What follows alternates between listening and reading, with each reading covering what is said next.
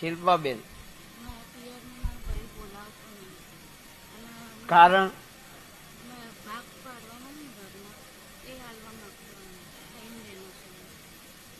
ખોટું ના લગાડતી બેન. એક વાત કહું, સારું લાગે તો જય માતાજી, ખોટું લાગે તો ગાળો દેજો.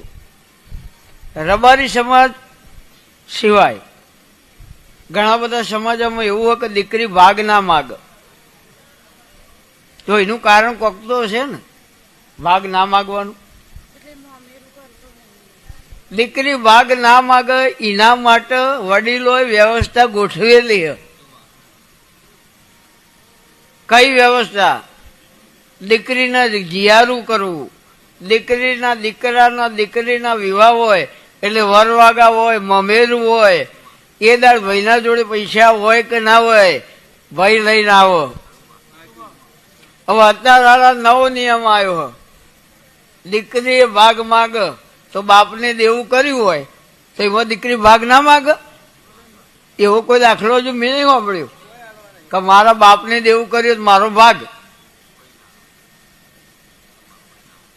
કોઈ ના આવે યાર.